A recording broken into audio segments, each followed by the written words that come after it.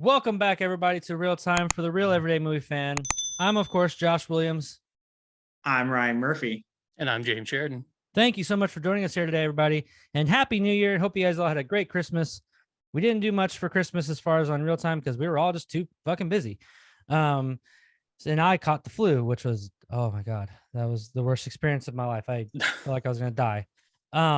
But we're here. We're here to give you guys our most anticipated TV shows and or movies. You can kind of pick between those. We're gonna do our top 5 each of us of our most anticipated TV shows and or movies of 2023. 4. I thought we talked about 3. I came up with 4. Oh, I failed the assignment already. I mean, yeah, you failed the assignment. I said top 5 in the Discord, All guys. right, I can come up with the 5th. I have 7. And okay, then yeah. I'm not sure about these gentlemen, but here probably next week I will be giving you guys my top 10 or probably top 15, knowing myself, movies of the 2022. And I'm excited to have that one on the channel here real soon. I don't really have any. I saw Top Gun. That was about it. It was all right. I've got a couple that everyone I else is like, it's about. the greatest thing that's ever happened to cinema. It's just so amazing. It's my favorite movie of the year by far. Yeah, it's my favorite movie of the year. This year had some bangers, so yeah, that's saying something. But let's get right into it, guys. James, let's start off with you because I love your background. By the way, it's very. Yes, it makes me. It gives like a backgrounds. It gives like a misery feel to me, like you're in like. I was going for like slightly festive and relaxed. Festive, relaxed. Just thinking, you need therapy, Josh. I know a good one. Yeah. Okay. See, if I was going to go with like a winter horror background, I would have gone with The Shining. Come on. Right. But go ahead and start us off here, James. What is your number 5? So my list is not going to surprise anyone who knows me. My number 5, and I know I'm going to get grunts for this, but it's right in my lexicon, is Teenage Mutant Ninja Turtles Mutant Mayhem. Yeah, I forgot about that. We don't know a lot about what's going on with that. We know that Seth Rogen and his writing partner are heading this out. We've seen some like production art and whatnot. But beyond that, we don't really know what else is going on with it. But it's TMNT. I've grown up with the property since the late 80s. I've been like super obsessed with it since I was a child. And like I'm willing to go along with anything they put out. Right. Like I was the only thing that like I've been through some really bad TMNT properties over the years. You know, Turtles 3 was terrible. And then leading into you've seen them all. I own them all. You've seen every episode of all the TV shows. I haven't actually finished the original series because long story short, some of the series was syndicated, some of the series was not.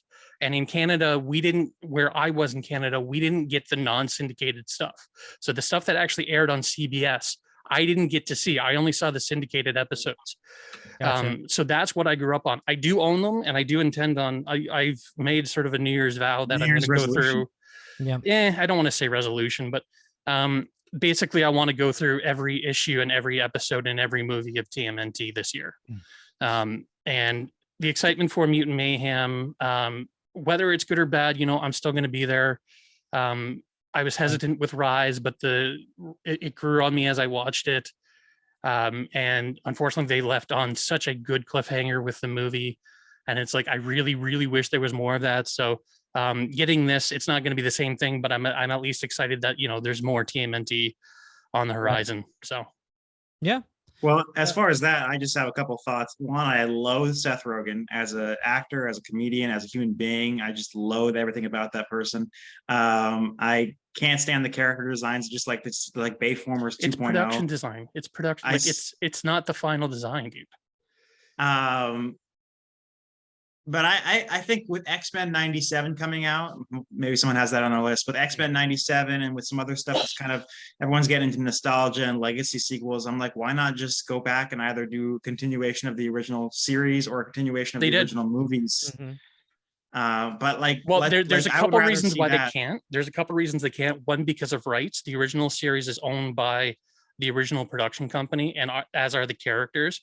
So Nickelodeon, who now owns the franchise and bought it wholesale from Peter Laird in 2009, they can only use certain properties, certain aspects of the properties, because a lot of it was created through the animated series. And they in order to continue any of that, they need to go through this old production company who has been very protective of their IP. That said, there is an IDW comic right now that is continuing that storyline. Going on right now. I haven't picked it up. I haven't bought comics in like 6 years, but well, with the exception of Last Ronin, but I had to get that one. But this one I'm going to pick up I would eventually. love to see a Last Ronin animated series. Oh, Don't give up hope on that one. I would love to see it. But Ryan, do you have any? You said, do you have any other comments before you go on to your number Nope, 5? that's basically it. Okay, what's your number 5? But my number 5, well, I'm just gonna kind of go in order here.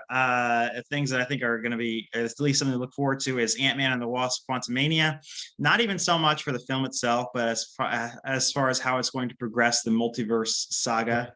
Yeah. That's kind of all. Yeah, like kind of all the things on my list are kind of things that I'm looking forward to more because of aspects of them more than the story. You know, it's like either people who are going to show up or things that are going to get developed for future movies or stuff like that. But like, it's really interesting because I think this is the introduction of Kang, because the last variant of Kang we met was He Who Remains. It wasn't Kang the Conqueror. I think this is going to be Kang the Conqueror. This is going to be the villain, which is kind of interesting because He Who Remains was teasing this version of Kang. He was so fearful of this version of Kang. And apparently he's been trapped in the quantum realm for some reason, and they're going to go down there and inadvertently set him free. But what's interesting, one concern of mine is that they're not making Ant-Man 3, they're making Avengers the Kang Dynasty 0.5, and they're kind of foregoing like the trio. The 3 wombats aren't coming back. You know, we're not going to see Luis get to tell a story. So let me tell you like this. There's this one guy who's like, I don't, you know, we're not going to get a scene like that apparently. Has it been confirmed they're not in it? Say what? Has it been They're confirmed not in the casting list. I looked it up. They're not in the casting list. They've said for a while now that the 3 wombats, as they're called, are not going to be. I've never heard them term that. Well, that's what Michael Douglas actually called them in the first movie. So, They did. they're not going to be in the film. I'm concerned that it's not going to be a real conclusion. This is the problem I have with Captain America Civil War, and I know Josh doesn't like this because Josh loves Civil War, but my main issue with that movie, among others, is that it's not Captain America 3. It's not the conclusion of Captain America's trilogy. It's Avengers 2.5. It's an Avengers movie that they had to squeeze in there. Half of it is a continuation of Winter Soldier. Yeah, but Ant-Man, I'm concerned about that with Ant-Man, but at the same time, like, and the other thing is, if they're teasing the Kang Dynasty, that's still 2 years off. Like this seems like it's going to be a direct lead-in, and yet we're still pretty early in the multiverse saga. So it's kind of, but I'm looking forward to it. Looking forward to seeing more of Kang, and yeah. Well, I have a feeling that this is probably setting it up the same way they sort of slowly rolled out Thanos, except this is a more in-your-face sort of introduction to the character, and then the character's sort of going to slowly creep along until we get to the actual Kang Dynasty film. As to like Ant-Man himself, there are concerns that certain characters are not going to make it out of this film. So we may see some wrap up in this film that you are kind of looking for, and the end of certain stories and certain other characters we know they're developing for future properties. We've talked about Young Avengers ad nauseum. Yep. Cassie is very clearly, you know, front and center in this film. So this may be the sort of like baton pass off from Scott to Cassie, moving forward kind of thing. And I think that's what this phase of Marvel is going to be, is the loss of certain characters that we've kind of held on to, and like the void of the loss of certain characters we already have lost, and the loss of certain other characters, and sort of like that's what allows Kang to kind of take power, is this power vacuum. And that's why we need character teams like the Thunderbolts, is because there isn't an Avengers team currently kind of active to step up. Now, I don't think, we're all speculating, so we can say the names. I don't think it'll be Scott, Paul Rudd's character dying. Like, a lot of the big theory is that he's going to die in this movie. I don't think so. I think they put that he's all bloody in the trailers to sway you to thinking that way. I honestly think it'd be someone like Michelle Pfeiffer or Michael Douglas, especially Michelle Pfeiffer, because we're going into basically she lived in this area for a long time, and I think her sacrificing herself to get them out of there will be like kind of like Chloe wrapping up her story arc of like being in that place and not wanting her family to live through that kind of thing. So we'll see. I really don't want Paul Rudd's character to die. He is, everyone I loves don't either, him. but I think for the purpose of telling the story and telling sort of the like creating that power vacuum and like leading into what comes next, I think there needs to be some sort of loss. And Yeah, I agree. I I don't just don't think want the it to be loss of him. Michelle Pfeiffer is going to hit nearly as much as the loss of Paul Rudd's character. Like, not to say I love Janet and I love her character, and I'm very excited to see more of her character in this film. She may Mhm. very well die. Michael Douglas may very well die, but I think the death of Paul Rudd's character, Scott Lang, will have the greater impact and the greater sense of loss in the larger story. Right. Okay, fair enough. So But again, I was that's looking all at speculation. I have oh no yeah, idea of what this course. movie is We don't beyond know. the trailer. Yeah. So But we'll know here in a couple months. It's coming up soon, a month and a half technically now. It's coming Yeah. up real fast. So going to my number 5. So I was looking at the slates for 2023 for both TV and movies, and there's a lot. I realized like there's a lot of stuff I've been watching, and especially with TV shows and different movies. So I will have a lot of stuff missing, but I just wanted to give at least 2 honorable mentions that I was excited about. Creed well, 3. I was going to Huh? say, hang on to your honor mentions in case someone else takes one of your slots. Fair enough. Well, But he you already said Creed 3, and I will say that I'm not super excited for Creed 3 because they're not bringing Rocky back. And I Yeah. know, like people will say, well, his story has progressed past Rocky. It's like, no. It's all about disagreements with the producers and shit like that. It has nothing to do with story arc or anything like that. But right. one of my priest friends here, Father Fontanini, is a huge Rocky fan. Actually, he's a very Italian priest, and he kind of looks like Rocky, and he has a Father Rocky on his license plate. That's funny. actually his custom-made license plate. So I said, Father, that'll be spring break. You know, when from school, I'll be in Des Moines. Like, why don't I take you to see Creed 3? Sylvester Stallone's not in it, but let's go see it. So that'll probably be how it happens. But I'm not super excited for that. But fair enough. I mean, I am just because just from the trailer alone, because Jonathan Majors in it, and he looks like a beast. And I love that. I loved that because everyone was speculating based on the trajectory that they're like do like a Clubber Lang's son or some shit. Yeah, but it's not. It's a childhood friend of his. I think it's a new, fresh story that I'm excited to see in this with this character. So to kind of go back to his childhood, I think was the right move. Not just going like, oh, it's Rocky. It's a Creed 3. Let's do Clubber Lang's son, like they did with Drago's son. So I'm excited for that reason. But I'll wait for the rest of my honorable mentions. For my number 5. I decided it was so tough to kind of dwindle them down. But for number 5, I went with sorry, I'm pulling up my list. I should have been better prepared. Dune Part 2. That was my number 5. Oh, you would have that. This guy, so Dune, it's not even about Dune. It's not even about Dune. It's about Denis Villeneuve. Denis Villeneuve. He is he's the one of my top 5 directors working today. And anything he I've touches, never known Josh to like read like no offense, he's just not a big like read I'm gonna read a book. I'm gonna read Lord of the Rings. It's not like what I've known Josh to be. But as soon as he heard that Denis Villeneuve was directing a Dune, he went off and read Dune, like which is a big book. You know, like so.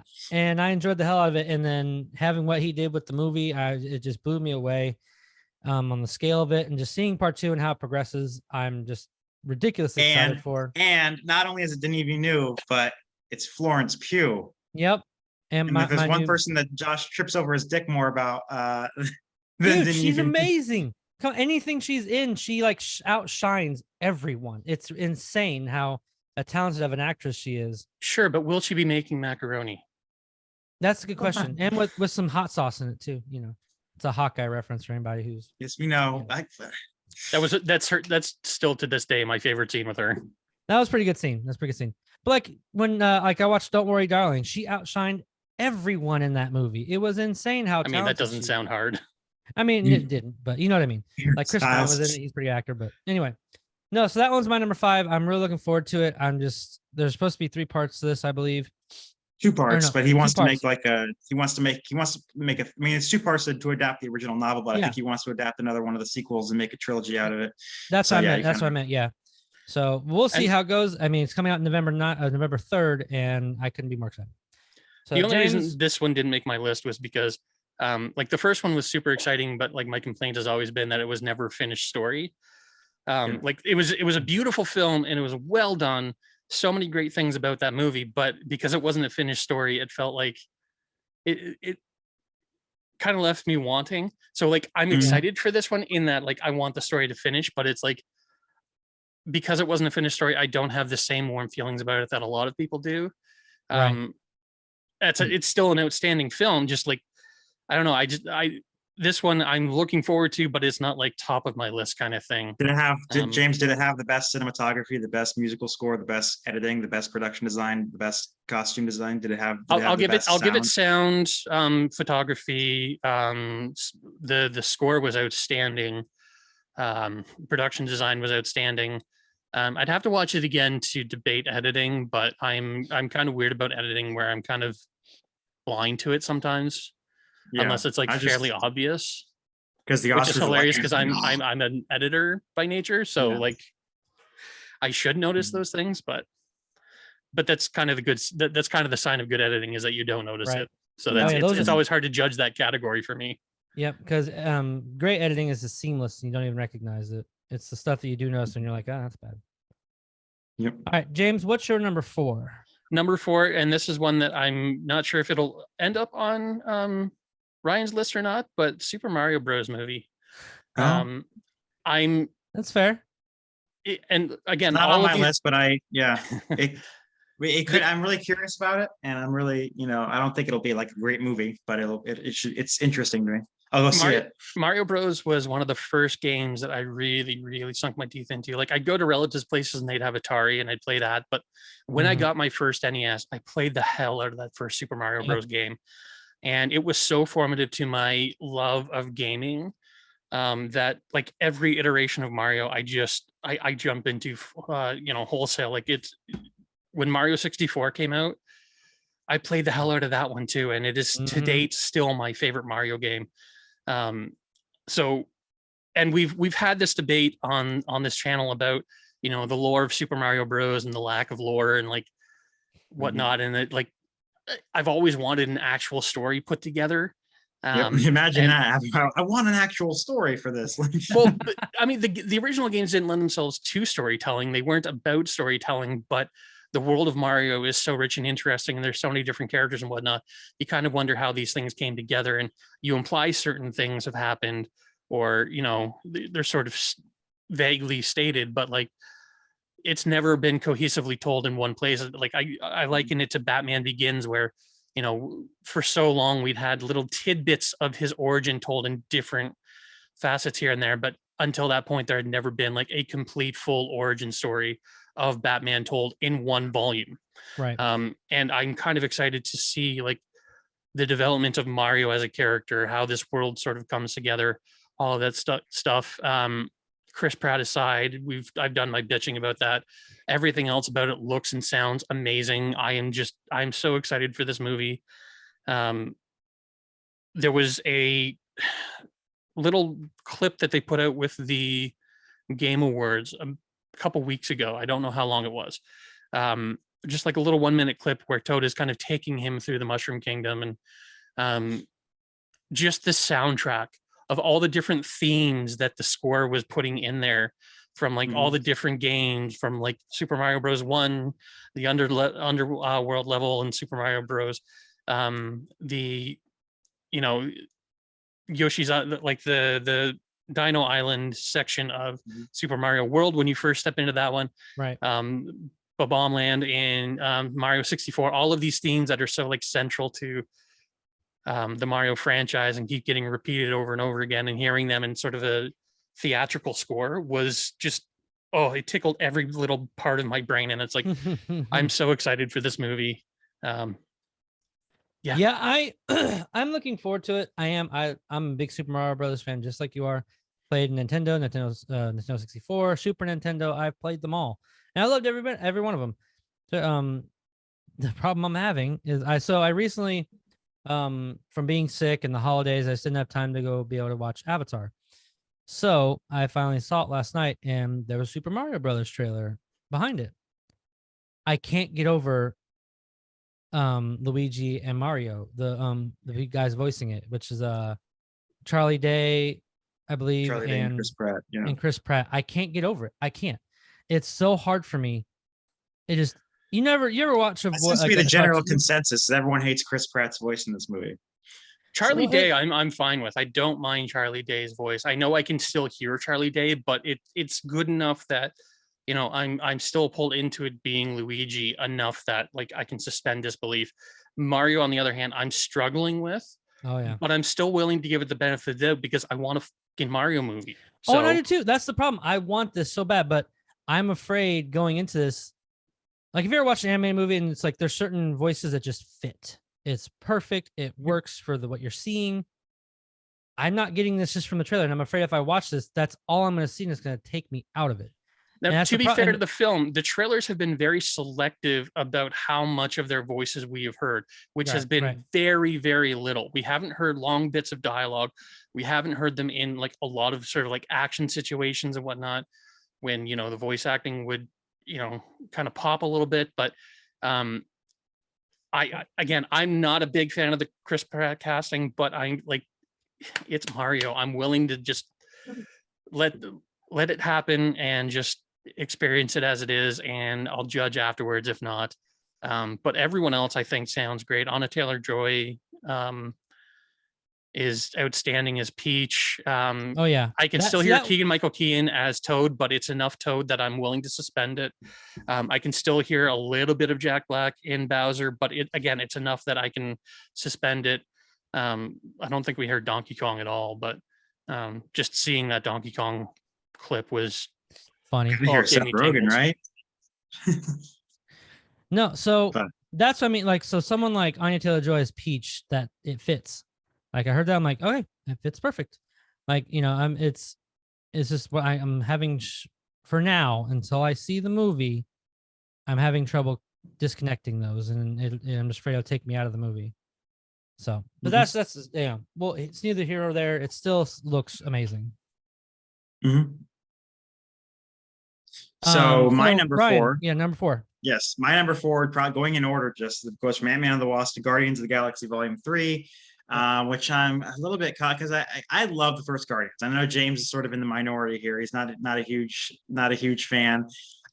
First Guardians, like in my top 20 favorite movies of all time. Like I just adore the characters and the story and the feel good nature of it and the soundtrack and just everything about it. Since then, I have not been superbly impressed by James Gunn. Guardians 2, I saw it the first time, I didn't really like it. I saw it the second time, I was like, okay, well, I get it didn't hit the beats that I was hoping a sequel would hit, but like I get the story he's trying to tell, and I respect the story he's trying to tell. Then Peacemaker came out. Peacemaker was pretty good. Peacemaker was great. I don't know if I'd call it great. The holiday special finally came out, and I didn't think much of that at all. Like I fell in love with that special. That was so great. That's what got me hyped for Guardians 3. So I think the trailer. I will say Mantis in that was delightful. I really enjoyed her, but the rest of it was kind of yeah. The trailer for 3 comes out, and I'm just not super into the trailer. But it is Guardians. Just the love I have from the first, and of course, the love I have from the first film has to inform it. I have to be looking forward to it. But we also have to talk about James Gunn taking over DC. But before we do that, what's the trailer had Space Hog. Do you know how long I've been waiting to hear Space Hog in a fucking trailer? Like that is a throwback to the 90s, and it's just like, you don't know Space Hog? In the meantime, it's the backbone of the entire trailer. It's the soundtrack of the trailer. Like the minute I heard the ooh, just like I lost my freaking mind, because that's like I listened to that song endlessly when I was a teenager, and it's like to hear that in a soundtrack that's like based on sort of like nostalgia. Right. Oh, that made me excited for the movie. Not the fact it's Guardians, but that song. I am just, if that song features in the movie at all, I'm in. But it's interesting that this isn't going to hit in 2023. But when James Gunn was announced as taking over DC, we're like, wow, we have these 4 films that are already coming out in 2023. What do you think the first James Gunn under his flag film will be? And they announced it. It's a Superman film written by James Gunn. is going to be is the first thing they've announced, and I'm very curious about what a Superman film written by James Gunn is going to look like, because it can't include lines like "you're fucking late, you fucking dickheads, go fuck another fish." So James, this topic of James Gunn and DC is sour for me right now, so I'm gonna refrain from discussing but it. Guardians 3 is Yeah, should be I'm good. happy. Hopefully good. I'm excited for Guardians 3. I really am. Like, the special for me, I loved it. I teared up at the end. I mean, I love the addition to what happened at the end. I don't want to give it away if anybody who hasn't seen it. But it got me excited for Guardians 3 and how it's gonna how things are progressing there. I'm excited to see Adam Warlock, who I actually was afraid of. Help me with his name here. Will Poulter. Will Poulter being him, but then I saw him get jacked up, and like seeing him now in the trailer, I'm like, all right, I'm sold. Yeah, he looked Like, great wow. in the trailer. No, Looked pretty I wish great it in was the trailer. Ryan Gosling or someone like who, looked Right. godlike, like he should, not the kid who got his dick bit by a spider and We're the Millers, but You got paid? We Are the Millers is actually a pretty fucking funny movie. But yeah, I'm excited for that one. And that's the reason. And to divulge, not divulge, but to give a little sneak behind my list, I didn't include Guardians 3 or Ant-Man Watch because I knew it would be on one of your guys' list. I wanted to give some variety to this show. But I am very excited for this one. I mean, if I didn't know that I knew you guys would have it in your list, I would have included them. Especially Ant-Man and the Wasp. I think I'm more excited for that one than any of them as far as the movies go. But yeah, I can't wait. I'm excited to see what's going to happen at the end, because this is James Gunn said this is the end of the Guardians of the Galaxy trilogy, or he said it's the end, but I can't imagine, like, I don't know. I foresee them, and I don't know if they're going to be another movie, but I foresee them being in an MCU in the future. You know what I mean? Like in Secret Invasion or whatever. Yeah, they'll be in Secret Wars for sure. Secret Wars, sure. yeah. But I'm hoping that they continue on because I just love this group. I really do. So my number 4, we're gonna switch it up and go into the realm of TV. I had trouble deciding which one to put here because one was gonna be honorable mentions and one was gonna be on the list. I decided to go with the one that's the newest. I am very excited for The Last of Us. That's coming out. I was just gonna say The Last of Us. Oh, I forgot that was coming out. Yes, coming out January 15th. Yeah, whoa, I'm so excited. I have that story. Nothing to say about this at all. I'm not a gamer. It's not on my radar. So I cheat. I never played the game because I can't afford it. I buy other stuff that's really Watch the stuff on YouTube. Yeah. Yeah. So I watched the movie. It's a cinematic game. Yeah. So watching playing that one is not the same as watching someone playing a lot of other games. So yeah. So I got to watch the whole story, and that story just enthralled me. And like I watched part 2 and everything, and I'm just excited for this show. And like, yeah, I will say the girl who's playing the main character, I loved her in Game of Thrones. I was going to say, before you poo-poo her, remember her in Game of Thrones because she stole every goddamn scene she was in. She did. And it's just, there were certain other actresses I pictured instead, because of just when I go for, when I look at live action from animated, I kind of go for actors and actresses who look almost like the person in the animated, you know what I mean?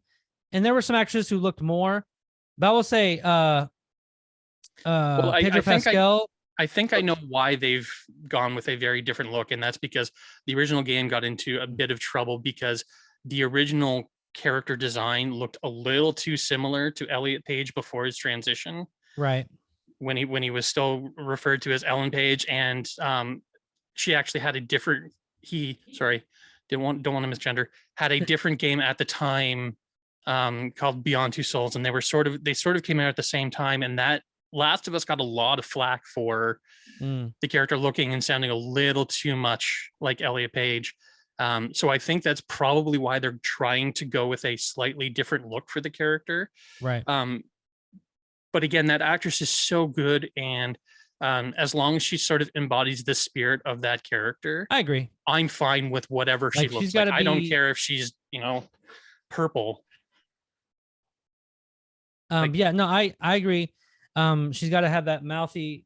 My wife's talking to me. I just want to have that mouthy, like little little shit attitude that she has that I loved so much about the character. Now, Pedro Pascal as Joel, I'm fine with. He looks great, looks awesome. I would have say Hugh Jackman may have been a little more better, but I don't know if they could have got someone like Hugh Jackman. I mean, Yeah, I don't think Hugh Jackman. Well, who knows? But I mean, Though he but hasn't done still, much. Pedro Pascal, awesome casting. I love it. I'm all for it. And then there's some other people in the cast. Like when I read who's gonna be what character, I'm like, these are great cast choices. I love every minute of it. So the story, everything, I am just so pumped to see. I'm all for. I love post-apocalyptic, science fiction, thrillers, horror stuff. Yeah. I love anything that has that. I'm in. So this show geared towards me. I am a sucker for zombie lore, and this is zombie adjacent. Yep. So I'm willing to go with Make it. that clear. Zombie adjacent. That's actually perfect. Zombie adjacent. Yeah, because they're not technically zombies, but they still evoke a lot of the same sort of tropes as zombie films. So like I liken it to like 28 Days Later, where they're not technically zombies. They're it's a different kind of thing, but it's very much meant to be a zombie story. So is this one. They're a completely different entity, but they still have similar characteristics. And like again, it's a post-apocalyptic story about people trying to survive without bites. So like all of those zombie tropes are still there. Yep. So I'm excited for that. But the story beyond, like, that was what was so great about the game, and why the game is like considered one of the best games of all time, is that not only was it a good game, and not only was it a fun zombie story, right? It's just a good story by itself. And it's so, like, I'm not going to spoil anything. The opening scene to that game, which looks like from the trailers they've actually put into the show, which tells me that they're doing things right, is one of the biggest gut punches in video game history, in my opinion.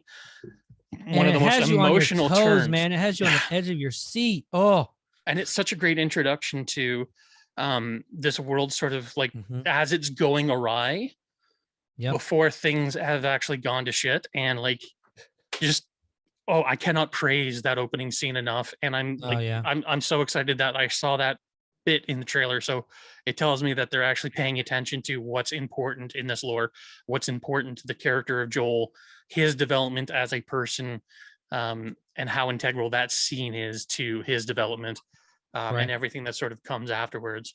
So I'm so excited for this. I'm disappointed that I didn't put it on my list, because this is straight up my alley, but I've got so many other things to talk about. So I'm glad you mentioned it. Oh yeah. So let's move on. I mean, I can't get over that show. I'm so excited for it. James, what's your number 3? I was hoping one of you would cover one of these. So I've actually got 2 in my number 3 spot, because I'm looking forward to them equally, and they're sort of tangentially related. I'll go with the one that I think I'll probably have the most to say about, Mando season 3. Mandalorian has been. I figured but that's not in my top 5. But I figure it's gonna be in both of yours. It's definitely in my top 5. It's a little bit higher. Then tell you what, I'll talk about Ahsoka instead. No, that's that. So I cheated. So, but well, you talk about Mando. I'll talk about Ahsoka. Okay, cool. Like, Mando has been, to me, one of the best properties to come out of the last 10 years of just about any genre. Definitely out of Star Wars, definitely out of the Disney sort of like straight to streaming television shows. And like, to the point where like Book of Boba Fett was lackluster until Mando started to intrude in that show, and it just became like every scene that involved Mando was just outstanding. And I'm so looking forward to what's coming next. The tease of like where the story is going, because I don't want to spoil things, but like there's a lot of lore that they're going to be kind of exploring in this. And like, of course, like, one of the best relationships between 2 characters in the last decade, I would say, between Mando and Grogu. I don't care what they do. I will watch those 2 like shop for groceries or read the phone book, because they're so goddamn delightful. Every scene with Grogu and the 2 of them arguing. There's a scene towards the end of Book of Boba Fett with the 2 of them. I'm not going to say what it is. If you've seen it, you probably know, but just their relationship, and like the fact that they can't communicate, but they still communicate, is just so adorable. And just, I'm super excited for this. And it's like, it's not too far away, isn't it? It's like a month or so away. Yeah, it's I don't know when that comes out. supposed to come out in I think March or April. Oh, was it March? I thought it was sooner than that. No, because Bad Batch is coming out January, and they got to finish that before they move on to Mando. Gotcha. Still, it's closer than it seems, and like, Oh yeah, the wait between Mando season 2 and Mando season 3 has been painful because I want to see these characters again. yeah. I mean, I'm glad you brought it up. I did cheat a little bit in one of my spots. I put 2 of them in there, and now you can probably guess what are what. But Mandalorian, I fell in love with the show the first episode happened, and especially when they brought on what we first knew as Baby Yoda, now Grogu, and season 2 was just as good, if my opinion, not maybe a little bit better than season 1, and it just keeps getting better and better. Now I'm excited because it looks like Bo-Katan is going to be the main antagonist because they're going to be fighting over the throne, which is funny because he doesn't really want it, but that's that kind of classic trope, is like someone who kind of like Jon Snow, where he doesn't want to be a leader, he doesn't want to, but he just naturally is. You know what I mean? So it's kind of going on that storyline trope, that character trope, but it's fine with me. I mean, I love that scene in that, and then to season 2, where he's like, "Here, I yield, take it." Like I don't really give a shit. You know what I mean? But she does. That's also part of her story arc, is that Yeah, she did that once before, where somebody just yielded and gave it to her.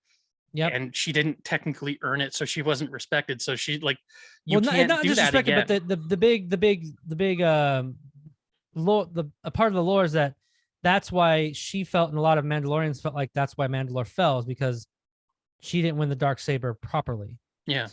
So she feels like a lot of it. There's my cat, one of my cats. I'm about to drop my that. But that's why a lot of people in Mandalore thought that that's why Mandalore fell. Yeah. So that she feels like it's like a curse if you don't win it naturally, win it by combat. So that to me, just to see like she's because Bo-Katan's always been on that. If you haven't seen Rebels or Clone Wars, she's always played that line of good person, bad person. She's not either one, she just is. And having oh my god, why am I blanking on her name? Katie Sackhoff. Katie Sackhoff as her is the perfect casting choice. I cannot wait for this show. I'm so excited. It's insane. And it's also nice to see certain characters that existed only in animation or only in comic books come to physical life. Right. And I know that was some of the disappointment of Book of Boba Fett, where there were a few characters that they brought forward from the comics and other cartoons, and then they just kind of went away. But like Bo-Katan continuing her character development from previous series is exciting, especially in the hands of Dave Filoni. Yeah. And Dave, I trust.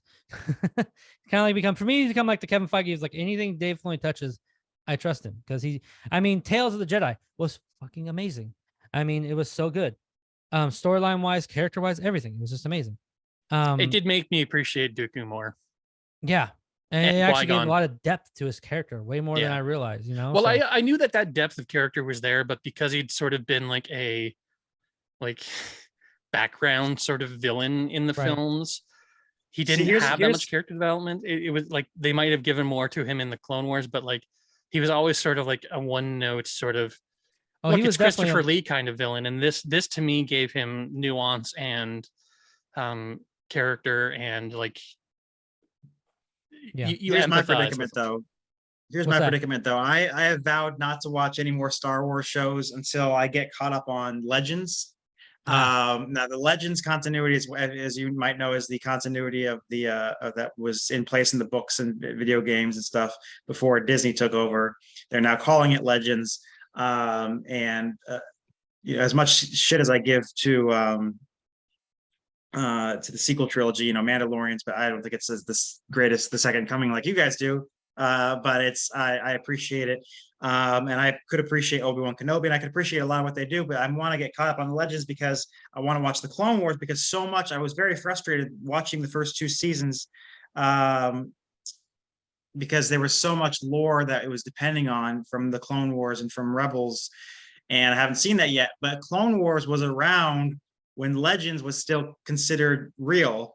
So there's some overlap there. The Right. Legends and Clone Wars and Disney canon all overlap. So if I want to get caught up on Clone Wars, I want to actually be caught up on the other stuff that was going on in the Legends Clone Wars era itself, which is, for me, I want to read it anyway. So it's going to be like years before I get to this. That's fair.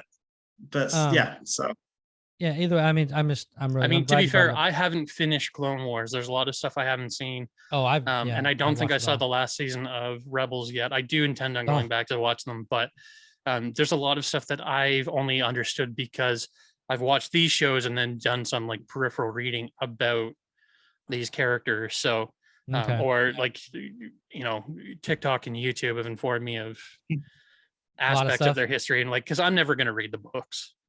Oh, I like reading the audiobooks. Well, not reading. So you guys listening. know me, like I have got like my whole thing is like Barney Stinson. When someone lays down a gauntlet of like, there's this big mythology and there's so much to read, I just go challenge accepted. Yeah, and I'm So fine right with now, that, and I I'm working on enjoy. Street Fighter. So Is it really Yeah. a continuity to Street Fighter? yeah, that's what I'm trying to figure out. But yeah, but like, Ryan, what's your I don't number know. 3? Let's move on. I don't know. Okay, with James was like, I'm fine with that, Oh, but I'm just not go going to ahead. read the books. Yep. No, Okay. so I'm sorry, James. I'm sorry. No. Go, we'll move on to Ryan's number 3. We've talked about Star Wars to Okay. death.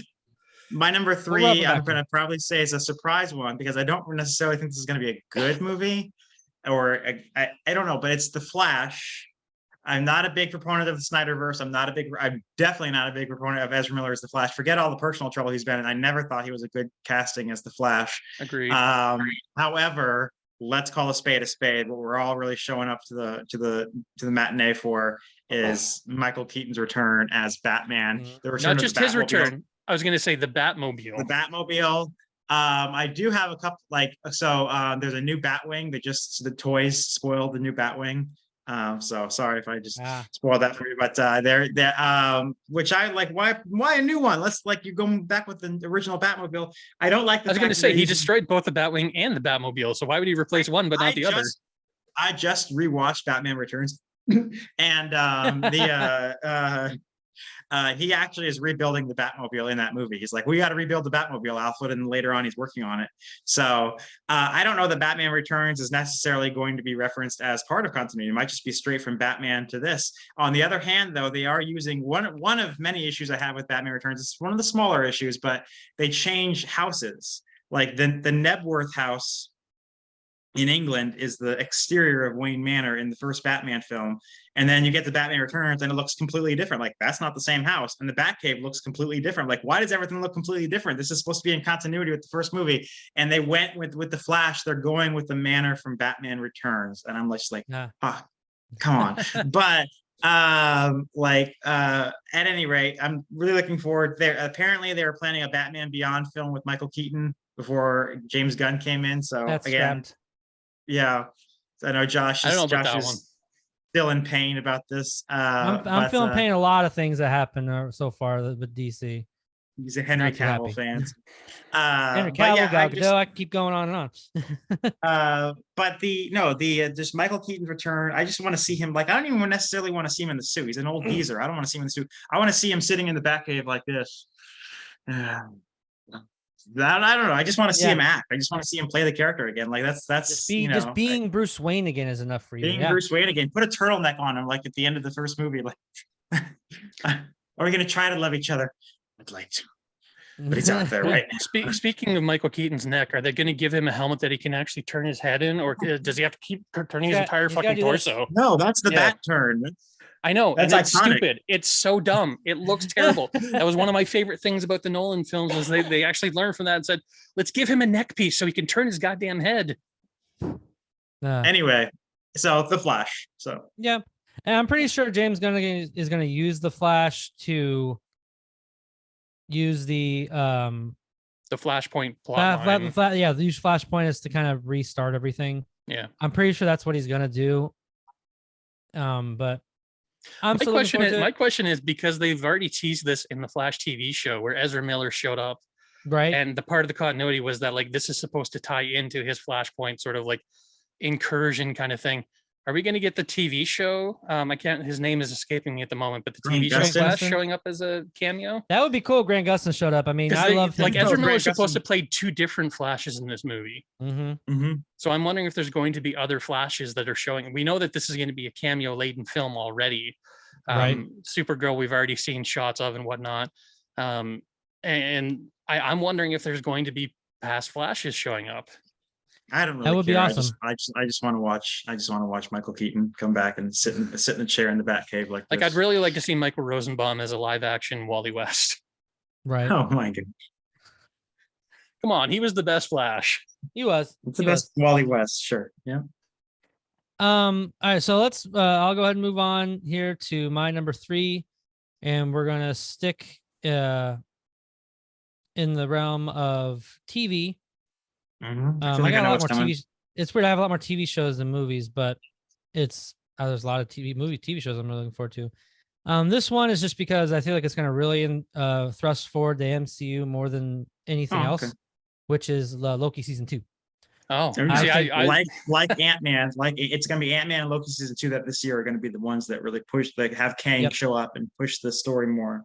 So Yep, See, I and thought that's why I feel another. like I had on my list another one that I thought was going to be instrumental to pushing this whatnot forward. But go ahead. just talk about them both and which one you guys think are gonna push so forward more. I think for sure Loki season 2 because of the cliffhanger that happened at the end of season 1 with the variation of, I don't think it's Kang the Conqueror that's taking care of the TVA. I think it's another variant because Kang the Conqueror is in the quantum realm. But I love that we're getting. I think they're going to be going towards the Council of Kangs as they're slowly moving forward to the Kang Dynasty. I think that's what's going to happen. So having this Kang in here and having Loki kind of explore this new version of the TVA, which they still haven't answered if this is the same TVA, just got like swapped around, or this is like in a different multiverse TVA. It's hard to tell. I think the implication is that like the world changed around them in that universe, and it was that Back to the Future sort of wibbly wobbly timey wimey kind of adjustment. And that's what I thought too, and that's what I think too. But we'll see. And the other big question is, I'm really curious what's going to happen to Sylvie, because right now she's basically in that castle watching the multiverse scatter around. Mhm. And No, she ran off somewhere. no, she's still. I mean, last you saw, she was at the castle. Okay. That where she killed He Who Remains. So I'm really curious of what's gonna happen with her. Like, what we're gonna get caught up with her. I'm really excited for this one, and not just Loki's become a really great character as far as becoming a good person, because he was always on that line, but now they're making him more of a good guy in a sense. A reluctant hero, I'd say. Yeah. So I'm really excited for the story and how it's going to thrust forward us more towards Kang than anything else. That's why I have it as my number 3. What did you think was going to be the one that thrust forward? I'm thinking Secret Invasion is going to have a big that's true. Secret Invasion, things.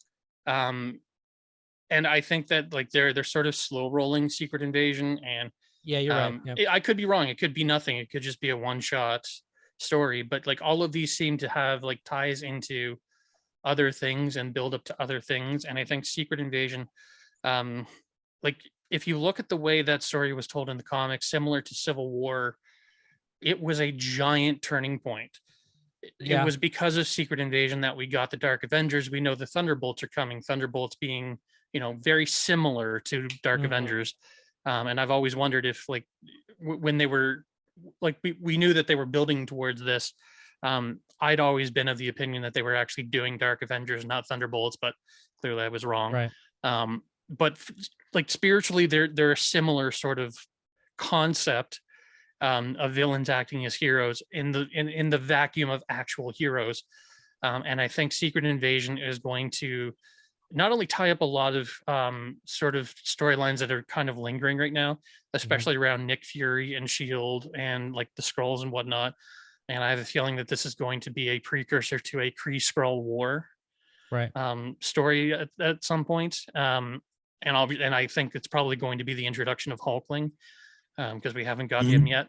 I do wonder, because of the impact it had in the comics and how much Civil War meant to the MCU as a turning point.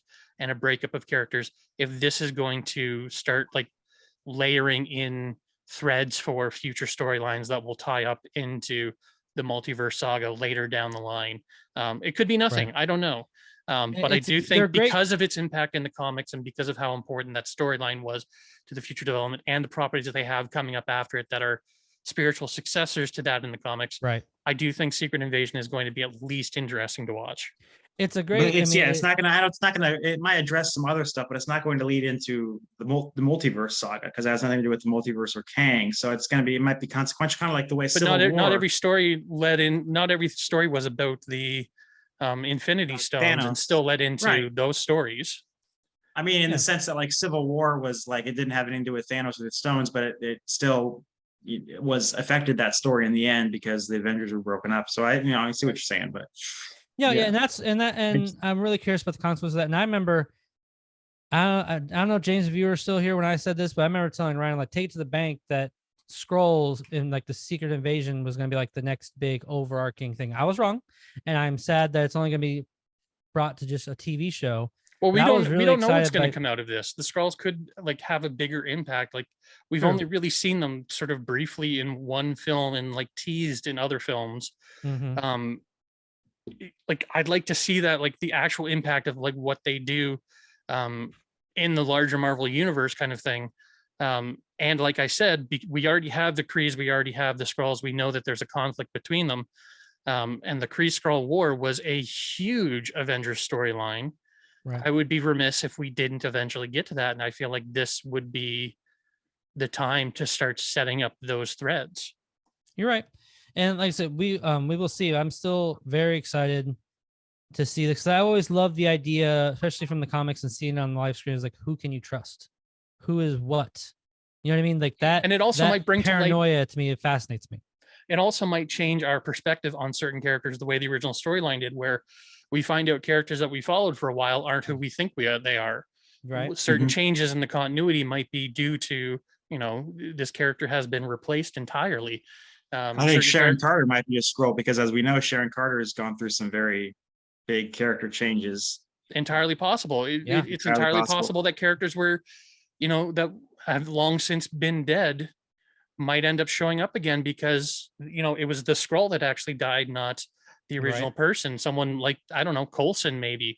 I doubt he's actually coming back, but just off the top of my head, that would be an introduction to bring him back into the MCU is, that shot of in the comic, there's this great shot of like the ship opening up and all of these characters walking out of it who we find out had been replaced, and like Bobby Morse, who had long been dead in the Marvel universe, walked off the ship and we were all shocked she's still alive. So like it could be, I'm not saying that it is going to be Coulson. I'm just saying, as an idea, like we could find out characters that we've lost aren't actually gone, or I don't know. I'm interested in this one because first of all, it's sort of treading new ground while also not. So I'm interested to see what it's going to be. And I'm excited for Emilia Clarke and seeing what role she's going to play. I think she's going to be the new leader of SWORD. Well, the rumors, she's been rumored to play just about everything, about 6 rumors, but the latest one is saying that she's going to be Abigail Brand. Yeah. Who is the leader of SWORD, and she dated Beast for a time. And she's supposed to have green hair, but whatever. Or she could be a Skrull that turns out she could be Abigail Brown, but turn out to be a Skrull, and then the real Abigail Brand shows up at the end. There's all sorts of stuff that could happen here. So yep, but I'm just excited to see her in the MCU, and I just love her as an actress. And I've always, after Game of Thrones ended, I wanted her to be in more good stuff, but she made some bad career choices, aka Terminator, and so kind of soured things for her a little bit in Hollywood, like not getting the best of roles. But I'm hoping she does really well in this because, like I said, I love her as an actress. But all right, so let's go ahead and move on to James, your number 2. This one might surprise some people that it's my number 2 and not my number 1, but it's the Ghostbusters Afterlife sequel. It's not your number 1. It's not my number 1 for a very important That's going reason. to be this could be the actual one where Bill Murray and Ernie Hudson and Dan Aykroyd get back in the suits for like longer than no. It absolutely won't be that. Okay. I think it's going to be. I think number one. No. The reason it's not number 1 is because we don't know much about it right now. They're still Mhm. working on the story, and I actually don't know if it's. I suspect it's probably going to get bumped, because we're moving into Too far in. January now, Yeah. and not they haven't like. There's been no casting announcements. There's been very little word Yeah. on script. We've got some storyboard information, but like not much has kind of gotten out about this film. And I'm fine with not much coming out, but usually by now you would have heard some things happening. The last I heard was they'd given the director's chair to the writer of the Joaquin. previous film. Yeah. Mhm. And like he's going to be moving on as the director, with Jason Reitman being sort of an executive producer the way his father was on his film. I have a feeling that it's probably going to be Ernie Hudson's character rebuilding the franchise, because if you saw the end of The end credit Afterlife, scene. yeah, the end credits scene, he was bringing the Ecto one home to the firehouse, and like they were rebuilding the interior and whatnot, and it was a very. I wept a little when I saw that in theaters. I'm not, I'm man enough to admit that. But beyond that, because we don't know much about this film, and I'm very careful to call it an Afterlife sequel, because I don't think it's technically going to be like Ghostbusters 4 the way people are calling it, because I don't think it's supposed to be the continuation of the full Ghostbuster storyline. It's more meant to be about this sort of newer generation, probably about the kids. We don't know.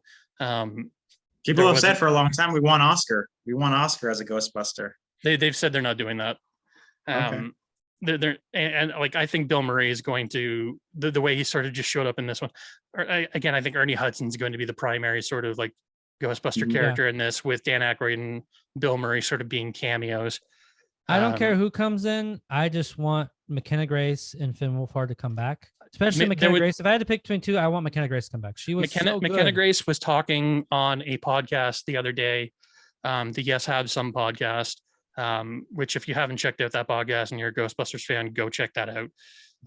Absolutely fantastic people. They were interviewing her, and she was talking a little bit about the next movie, but she doesn't know much about what's happening with it. But the way she was talking, it's like pretty certain she's going to be in it, kind of thing. And she's going to be continuing her story, because she was talking about how she's never done that before and how she's excited to do that. So to me, it sounds like they haven't officially announced it yet, but it sounds like she's going to be in it. What her role is going to be, I don't know, but like, because the first film was so centered on her character and her character development and her relationship with her grandfather, like I think it's going to be continuing that sort of thread, while sort of being centered around the rebuilding of the franchise and probably expanding the franchise, because they established that Ernie Hudson's character is very much a businessman.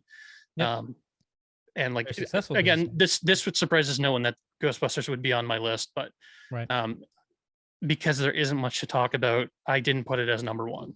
Yeah, fair enough. I mean, I loved Ghostbusters Afterlife. I thought it was not just like a lot of people like, oh, that was okay, but I thought it was amazing. I love the story. I cried at the end. McKenna Grace is a superstar in this film, and like, I want her to be like, I would love for her to be the new focal point of this franchise. Like, I'm okay with that. She was so good.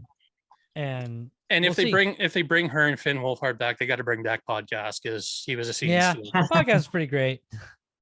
I'm less inclined with Lucky, because she didn't get as much character in the film, but Podcast was he was too good, and he's too much of a like spectral fanboy to not be in this kind of thing. He reminded me a lot of he was like their version of Ray, basically. Yeah. So, but Ryan, well, let's go ahead and move on. Great choice. My number two. Yeah, you're number two. I don't know if I want to say my number two, because it's probably Josh's number one, but my number two at this point is probably going to be Doctor Who, the 60th anniversary, which not going to hit until November, because it doesn't turn 60 until November, correct? Yeah, it's coming out. It's coming out like they haven't given an official date yet. It's like so I have not followed. So fun fact, I have not followed Doctor Who since Matt Smith regenerated into Peter Capaldi. I just never watched another episode after that. And now they're like, oh no, now you have to, because David Tennant, the latest Doctor just regenerated into David Tennant again. And he's going to be there for like 5 seconds and regenerate into the new Doctor. But Catherine Tate is coming back. We might get some continuation on Donna Noble's story.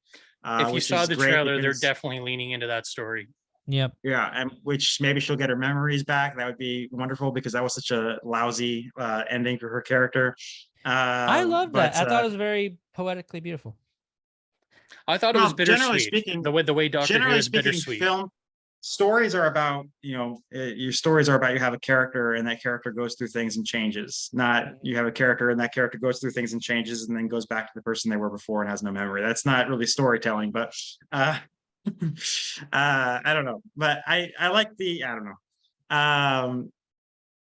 But no, I honestly I would love to see some more. I think the 50th anniversary special is still one of the best things I've ever episodes, seen. yeah. But One of the greatest things I've ever seen in my life. the Yeah. cameo at the end by, if you haven't seen it by now, sorry. But spoiler, the Tom Tom, what's his name? Baker. Tom Baker.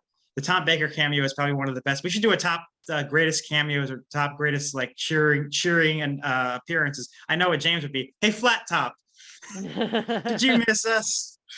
But like that has to be like, that was expected though. We knew that was coming. Like there was like some debate on whether or not Tom Baker would come back. And when and the way that was written, just the dialogue between the two doctors, and I love that it was insinuated that's him in the future. You know what I mean? That was my favorite part of that, is that they implied that it's actually the Doctor revisiting past versions, which implies that we could go back to any of them at any point, which gives me hope that we might get a Paul McGann series at some point. Because that guy hasn't had a series, and he's only had like a smattering of books and audio plays and one lousy movie, and like give him a shot. I decided I was gonna go back and sort of go back over River, because I know River is a big focal point. Rivers. And so I need to go back. It hurt me. I actually need to go back and rewatch the two episodes with her from season 3 or 4 with David Tennant that she was in, but then start. I already watched the Day of the Library. Silence in the Library, but I already watched what did I text you guys? The 11th Hour, which is just so good. It's like so great. So good. Oh god, it's that so great. moment, man. And everything about the story. Stephen Moffat. I have always said that David Tennant, to me, in my opinion, is the best Doctor, but Matt Smith has the best stories. Yeah. The best overarching stories, the best. The fandom disagrees with you, from my experience. That's fine. Well, I've heard a lot of shit. Stories, I think the fandom I've heard agrees with him. The fandom I've heard of has always said Russell T Davies sucks. Like, see, I've heard the opposite. Where they hate the Moffat era. Because they hated the Moffat era when Peter Capaldi came in. But no, they hated the Matt Smith era too. Oh, see, I loved it because they hated the way they treated the characters. I've heard what Josh has been hearing, that Russell T Davies sucks, and I know he's back as showrunner now, right? He's been back. It's funny though, like I say that because to me they do have the best stories, but I find it funny when I talk about, to me, like the most iconic and the best episodes, like single episodes, it's in David Tennant's era, like Silence in the Library. My favorite episode is still the Blink, and probably the best episode. Blink was written by Stephen Moffat. It was during the Davies era, but it was written by Stephen Moffat. So. Moffat was the best writer of the Davies era, but Moffat's era was not well received by at least the fandom that I was part of. And my favorite episode is still from Eccleston's era. Which one was that? The Doctor Dances. The Doctor Dances. The kids with the masks. That was Are you my mummy? Are you my mummy? Oh, that was both the most horrifying story and then like sort of like the most magical sort of resolution to it. And it's like, just this one. To me, that was perfectly to me, that was perfectly Doctor Who. But I'm sorry, James, but for me, the best thing to come out of that episode is a later episode where the Doctor puts on a mask and he turns to a guy and he says, "Are you my mummy?"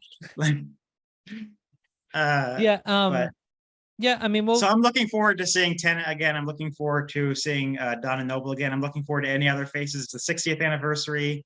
Funny thing about my list is I put on backups to my number ones and number twos in case something like this came up. So originally, Doctor Who 6th episode was my number one. Originally, it's my number one. I mean, I'm beyond the moon excited for this. I'm beyond the moon excited because the fact of what happened at the end of the season of Doctor Who is that David Tennant's back. He is back as a Doctor. And I'm like, I remember I was like, what? My brain broke for a second there. Like, I just like I collapsed. Then I'm like, okay, I guess I got to revisit. Because I stopped watching after the second season of Peter Capaldi's because it started to die out for me. I wasn't as invested. I didn't find the stories compelling. Well, it's also there's also long periods of breaks in between the seasons, and it's like it's hard to get. It's easy to get lost in between those breaks, and then unless you're really committed to it. from what I hear, from what I've heard, not what was her name again? The actress who played the Jodie. doctor, Jodie Whittaker. Jodie Whittaker. Jodie Whittaker. I heard she's probably the weakest doctor. I heard that her episodes. See, I were heard not- she was a good doctor. She just had really shitty writing. I mean, Like yeah. Buster T. So I'm still Davis. gonna watch it. I'm still gonna watch it, and I'm still gonna see. My biggest head scratcher, which they better explore because Doctor Who fans know better, is when she changed back into David Tennant, the clothes changed. That's not supposed to happen. That's never happened in the history of Doctor Who. So that's why I'm part like, of the fun is always watching going back and watching the Doctor you remember as from being in one outfit in being in the previous Doctor's outfit, yeah. And that's But what Doctor Who's also been very sort of like loosey goosey with its canon when it serves it, kind of thing. Like the amount of times it's negated itself and like changed things, like even the regenerations over time have completely changed the continuity of how they happen, kind of thing, or why they happen, or what the lore is behind. Like it's never consistent, and like you kind of have to take those things with a grain of salt. You can't be a continuity I horror hope for they, Doctor Who but this is a pretty big one, and I just hope they explore that and why. Well, I have a feeling that there's something wonky about this generation because he's regenerating into a past version, which I know is just writing to bring David Tennant back. But I feel like that's part of the story is why is this previous version coming back? What does it have to do with Donna Noble? All of that. Like, I think that's part of the story is this weird regeneration that's occurred. I'm very excited for this, but I think that there's one big sort of elephant in the room that is going to make this very sort of disappointing and sad is that Bernard Cribbins is no longer with us. Right. And he was such an important character in both David Tennant's run and in Donna Noble's story. And because he's not going to be there, like, obviously they're probably going to address that by saying, his character passed away as well. But like, Will Mott was just, he was such a lovely character. He was. And so beautiful to watch. And like, especially because he was so tied to the death of the 10th Doctor. Like, it's going to be heartbreaking to watch these characters back, but not this sort of, like the Christmas special he was in, broke my heart. Yeah. Broke my heart. It really did. Beautiful character, beautiful moment. And like, I'm sad that he's not going to be part of it. Still excited for the, the actual special, but to me, there's going to be an elephant in the room in the entire time. And it's like, I wish he was there to see it. Yep. So I got something else now that moved up into my number one because we're already talking about this. I don't want to, beat over a dead horse on the show. And then I have something that injected itself in my number two that we'll get to here in a minute. Okay. So my number two is Doctor Who. So yep. So excited for that one. I can't wait. So now my new number two, I have is John Wick Chapter 4. Oh gosh. Now I've never seen a single one of these movies. This is gonna be like the last. They are outstanding action. They have films. revolutionized action for the the new 2010s. The camera work is so beautifully done than anything action before it.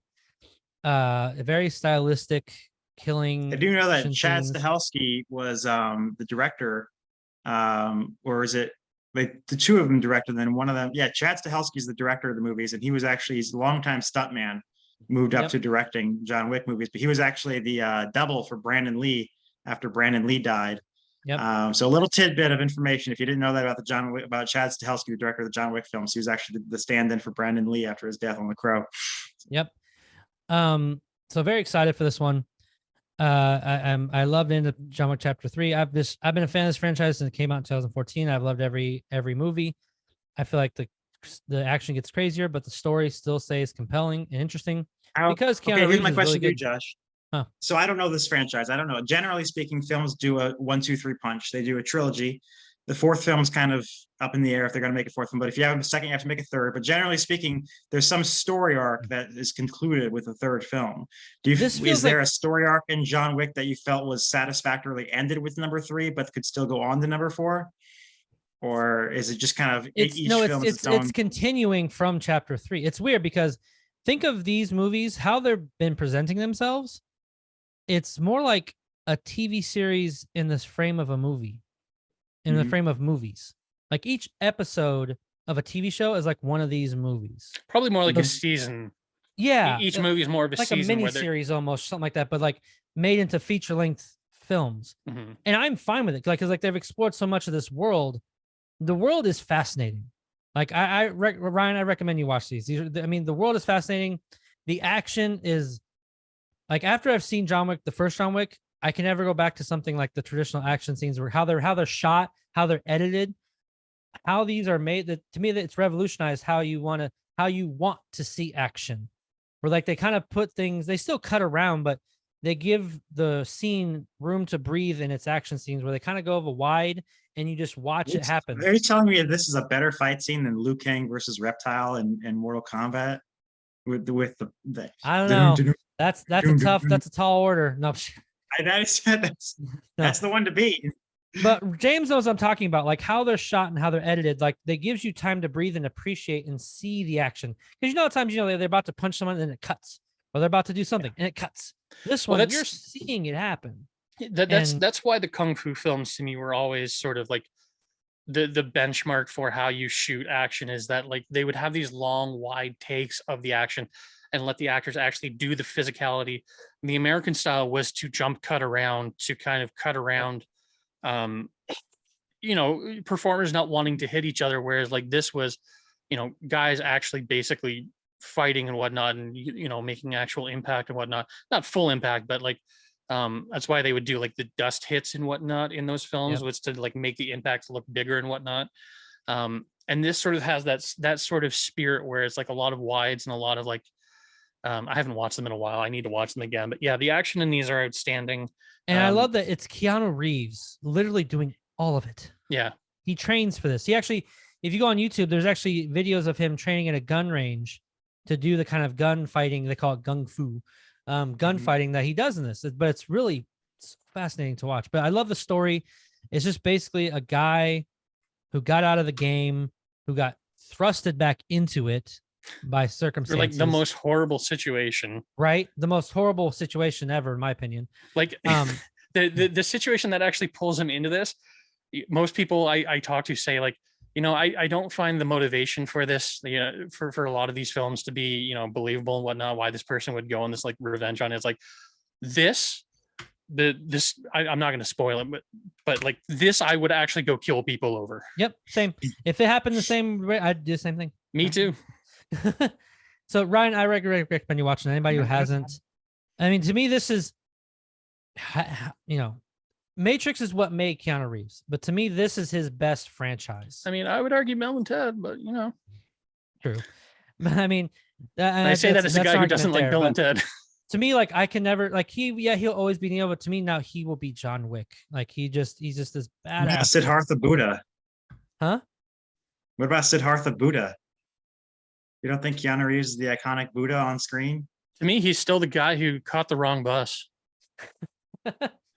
I'm missing that reference. Speed. What do you mean?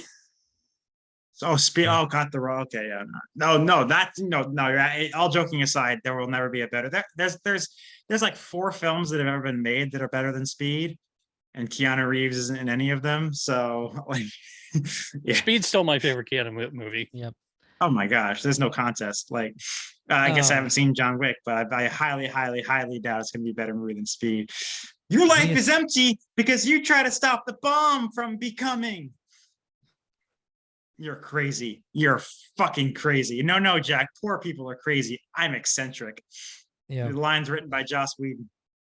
Oh my God. But yeah, so let's go ahead and move on, guys. That's my number 2, John Wick Chapter 4. Excited, it's coming out here very soon. James, do you have any honorable mentions before you get to your number 1? I mean, I already mentioned Secret Invasion and Ahsoka. Again, Ahsoka I'm looking forward to because like it's sort of a continuation of storylines. We know that she's chasing after Thrawn. We know that there's sort of like lingering threads from Rebels and whatnot. We know that certain Rebel characters are going to be in this.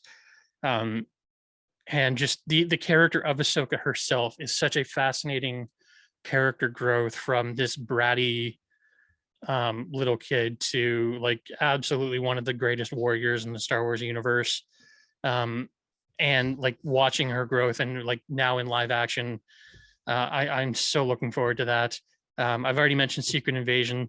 This one, I've got one more honorable mention that I'm not sure is actually going to be a thing, but there are rumors. And if you guys know me, you know that I absolutely love Naruto.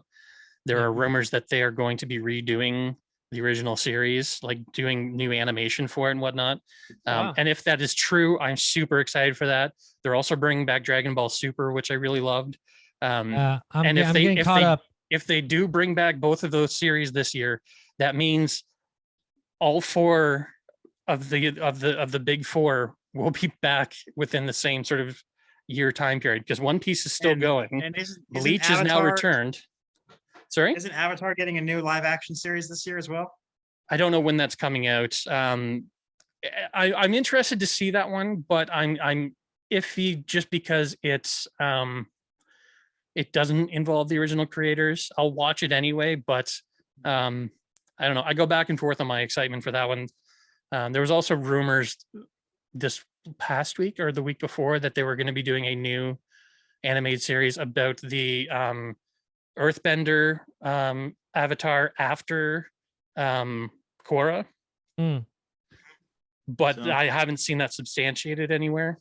It would be interesting, but like, I don't know. To me, Avatar has always been about the gang, Aang and his friends, and it's like that Yep. to me was Avatar. I loved Korra, but like, it wasn't quite the same thing. And I don't know. Avatar is one like I'll definitely watch what comes next, but it's not one that I super need a new series for, especially after watching that atrocity of a film. But my thing is, I think that was a really If good you bring up they the built. prison, I'm gonna fucking punch my screen. Oh, Anyway, man. I love to bring up that scene, man. All right. So do you have a what's your number one, man? My number one, and again, this will surprise no one, but this one I'm super, super excited for, especially with the trailer that came Actually, I out a don't couple know. weeks ago. Sorry? I have no idea because not Yeah. Ghostbusters, it's not Ninja Turtles. What the fuck? Oh, Spider-Man. Okay. I was gonna say Spider-Man Across the Oh, Universe or Across the yep. Spider-Verse. My Spider-Verse, yeah. Because not only was, to me, in my opinion, Into the Spider-Verse the best Spider-Man film we've had to date. I love Miles and I love Gwen. I want to see more of them, but the trailer showing all of those other Spider-Men involved, like Bagman Spider-Man, Spider-Man Unlimited, so Spider-Man, like all kinds of different Spider-Men involved. Spider-Man 2099, like we're never going to get these characters live action. Mhm. But the fact that we're getting a movie with a lot of these characters appearing is going to be super exciting. James, my hope for you, and you said in one of our other videos that this will never happen. I was like, no, don't say that. This could very well happen. Is that in either this film or the next film that Leopardon jumps out at some point? I and would breaks love through that the so wall? much. I Yeah. would love so much to see Leopardon again. Just so much. I doubt it would happen because the rights are tied up with a different company kind of thing. But that would make me so goddamn happy. I'm not even a fan of that series, the Right. Japanese Spider-Man series, but just to see this absurd giant robot bust through the roof in this giant fight scene of Spider-Man, very interested. And because this is like the middle chapter of a 3-chapter story, I'm very interested to see where this goes. The animation looks outstanding. Again, I know a lot of people were kind of iffy on the animation of the first one. I loved it. I love the stylization of it. I love that yeah. they did a thing with Miles where they shot him, or they animated him at 12 frames a second where everyone else was at 24 frames a second until he kind of understood his power, and then he became a 24 frame per second character, so that it showed like this weird sort of like choppiness to his action to kind of like imply his like sort of bumbling unreadiness to be this character. And like that kind of thought process into how they're doing the animation itself means so much to me, that like they care that much. And it sounds like this one they're upping the ante, and it's just going to be so much more, so much better. Yeah, super excited for this film. Yeah. I mean, I'm excited for it. I loved the first Spider-Man with Miles Morales. I thought it was great. I was probably in the minority. I didn't love the animation. I wasn't a huge fan. But the story was enough for me to care and like it, and to really like the movie. and I'm excited to see where this goes moving forward because of the end credit scene. Of course, now we're having basically a multiverse of Spider-Man, kind of like. Now, I will defer and say that I think the newest live action Spider-Man is the best Spider-Man we've ever gotten, but that's me. I mean, just seeing all three of them was Don't get me wrong, come true. I'd love that, but I think the story in this one was better. Again, I mean, a great story. It's a great coming of age story of him. I still love it. I liked the more becoming of a man and taking more responsibility of Tom Holland's. But like I said, it's like they're both our opinions, but they're both equally great. You know what I mean? They could really be either one. There's no definitive for these. That's what I think. That's one of the beauties of that we're getting these kind of good Spider-Mans, because there was one point we had Spider-Man 3 and The Amazing Spider-Man 2, and you're like, ugh. And now we're getting stuff like this, and I still like Amazing Spider-Man 2. I know it's not a good film, but I love there's this still about as much as I liked. there's still large swaths of that film that are actually really good stuff. It didn't have a coherent good script. But what? The fucking guy playing Rhino, like just how he talks is just very Paul fucking Giamatti, Emmy Paul Award I mean, winner. him being Russian, like the actual character being Russian. like just My dad, I was showing that to my nephews because I made a little supercut of just cool action scenes that my sister would not object to because there's no real gratuitous violence or anything that my 9-year-old nephew could watch. So I just made the clips of like just the really cool swinging around stuff like that, or Batman driving his Batmobile, all the superheroes. And so I did the Amazing Spider-Man 2 because that to me is the best scene in all of Spider-Man. And the movie as a whole is awful, but the best scene in all of Spider-Man on cinema is the opening scene of the Amazing Spider-Man 2 because it's the only one where he actually not only swings around and fights, but also cracks wise the whole time, which he never, ever does in the Raimi films, which is insane. But not only that, but the entire sequence where he's like trying to catch all of the things, and it's like it's complete. Like only Spider-Man could do that kind of action sequence, and it's like a perfect love letter to that character. We're watching it, and Paul Giamatti comes on screen. My dad turns to me. Dad's watching it too, and he goes, "John Adams," and I'm like. Because we love him as John Adams. That's like our favorite thing to watch on the 4th of July. And it's like, but yeah. So Spider-Man, good choice. Good choice. Ryan, do you have any honorable mentions, or you just have your number one? I don't know if I have any honorable mentions. My number one is going to be Star Trek: The Next Generation season 8. Star Trek Picard season 3 with the entire cast of the Next Generation. Sans Data because Data dead. Well, kind of. He did. Like that was the whole thing. Like, He's dead. He's dead, but Brent Spiner's still there. But Brent Spiner's coming back, but not as Data. And Brent Spiner played like 8 characters. Like I'm Noonien Soong. I'm Noonien Soong's son. I'm Noonien Soong's other but this character is the closest to Data that there exists. So yeah, but I'm excited to see the gang back together again. You got to understand something. Star Trek: Next Generation came out in 1987. Came out the year I was born. So 87. This is You said 97. Yes. Okay. It came out in 87. I definitely wasn't born in 97. It came out in 87. It came out the year I was born. So this has been around my whole life. So these guys have been at it from my perspective forever. And is Will Wheaton coming back? Will Wheaton already came back. I was gonna say you didn't watch season 2. I'm not caught up on Picard. I am not caught up on season 2, but I've been spoiled that far. And I was gonna say season 2 is not as bad as James is making it out to be. James was like, season 2 is the worst fucking thing to ever happen to the universe, man. I didn't say it was the worst fucking thing to ever happen. I said it was just a bad season, and it's so disappointing. I'm only 3 episodes in, but it's all right so far. It's a typical let's go back in time. Oh, savages, political commentary. It's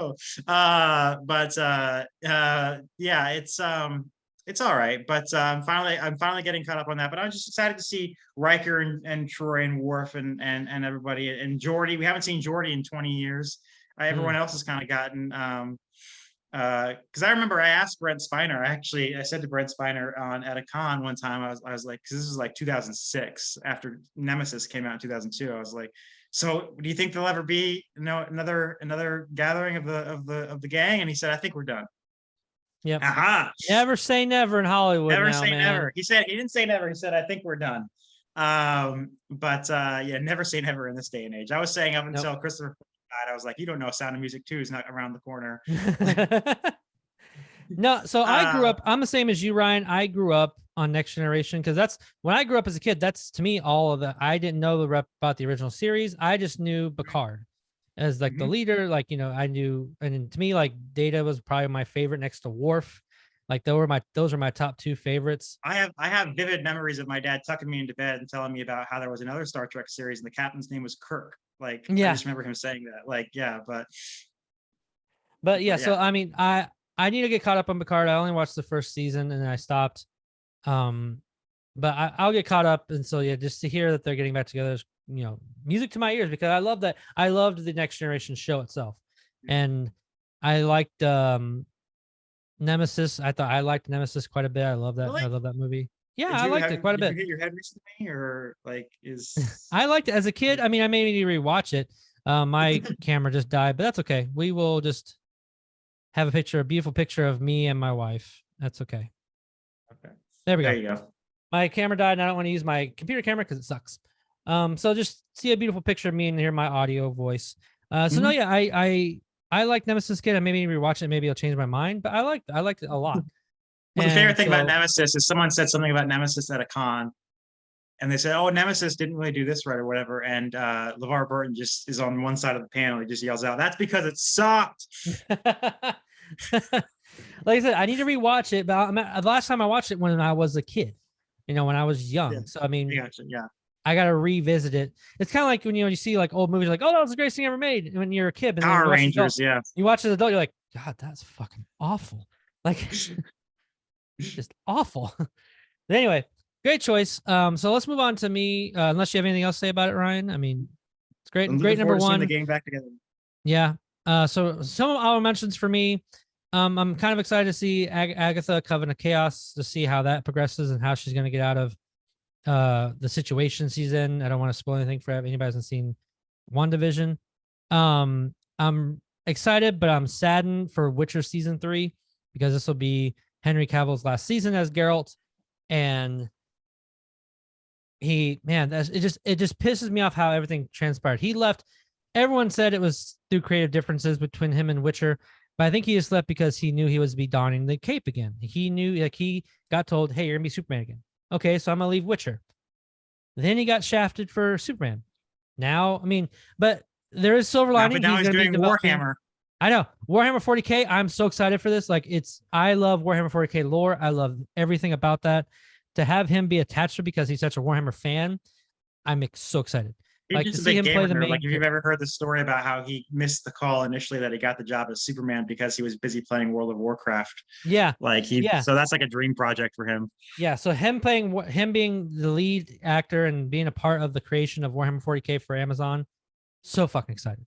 So there's silver lining and everything, but just I'm saddened because he's so good as Geralt, and having Liam Hemsworth come in as Geralt, I'm just like, I don't know if I'm gonna even bother with season 4, but I'm still gonna be excited for season 3.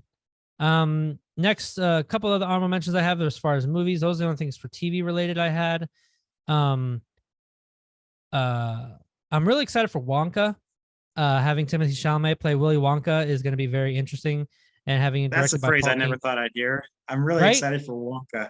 I kind of it's just because Timothée Chalamet is attached as Wonka. And that's a very interesting choices for him to play that character. So I'm curious. I'm excited because I'm curious to see a trailer and see how it goes. Couple others I have here. I'll kind of rummage through them real fast here, guys. Sorry. I'm excited for Blue Beetle, only because of the actor who's going to be in it, who's of course part of whose name we can't pronounce. I'm not going to pronounce it because I'm afraid I'll butcher it.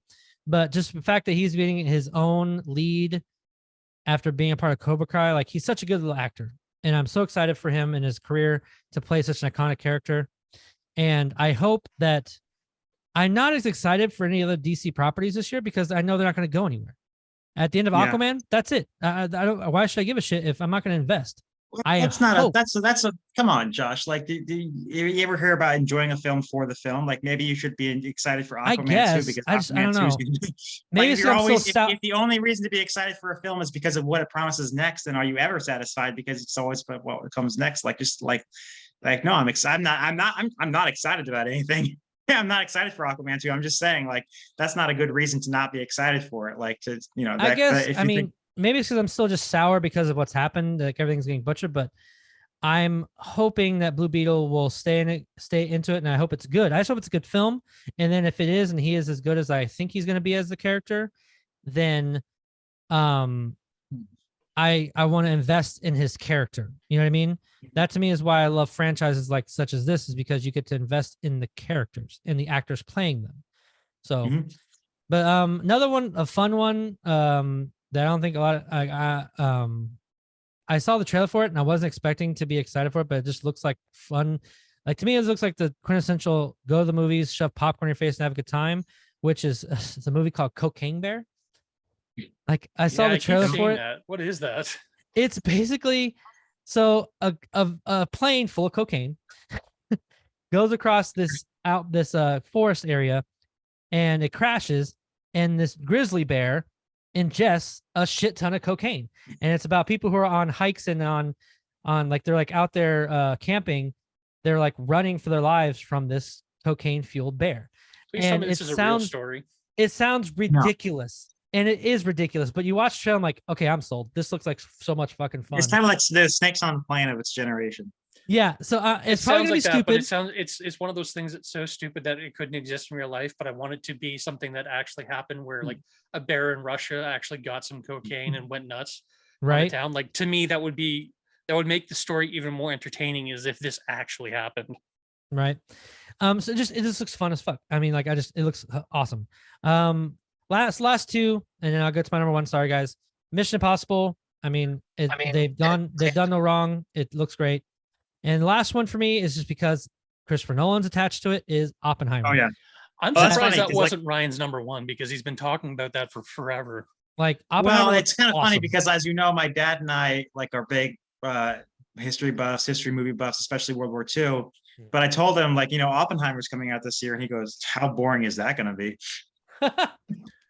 They make it look exciting. Interesting. Yeah, the trailer looks awesome. I mean, again, just like Denis Villeneuve, like you go to see for the director.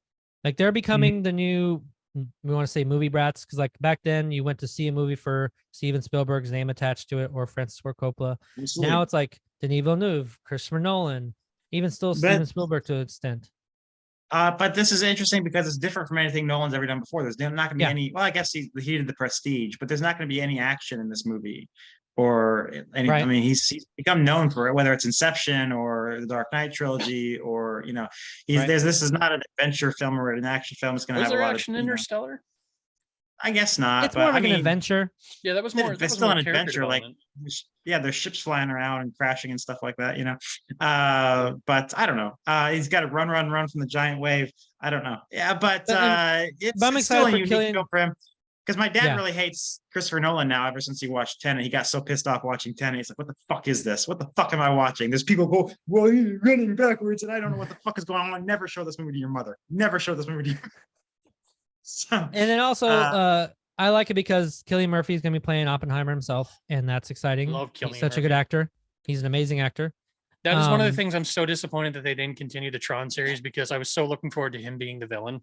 But also you got like Matt Damon's in it, Emily Blunt, Robert Downey Jr. Like it's a stacked cast again. Florence Pugh again. Yeah, I forgot to add her in there. Sorry, thank you. I'm pretty stoked for it. And so now to my number one, and it's no surprise here. And James it was gonna be a tie. This was really gonna be number two, but everything jumbled around. Sorry. No, it's fine. So I cheated and I made this a tie between Mandalorian and Ahsoka, because I can't not leave either one of them off the list. Mandalorian for reasons we already discussed, but for Ahsoka, she has now become my new favorite Star Wars character, period. Like, aside from like Luke and Anakin, like the main ones, like the story of Ahsoka to me is extremely fascinating. I love her journey, is where she, left the Order, but she's still a Jedi at heart, and she still does the right thing. Like, she to me is the epitome of the light side. Like, she still probably does more the so right than thing. the Jedi. Huh? Probably more so than the Jedi, because she's not tied to politics or.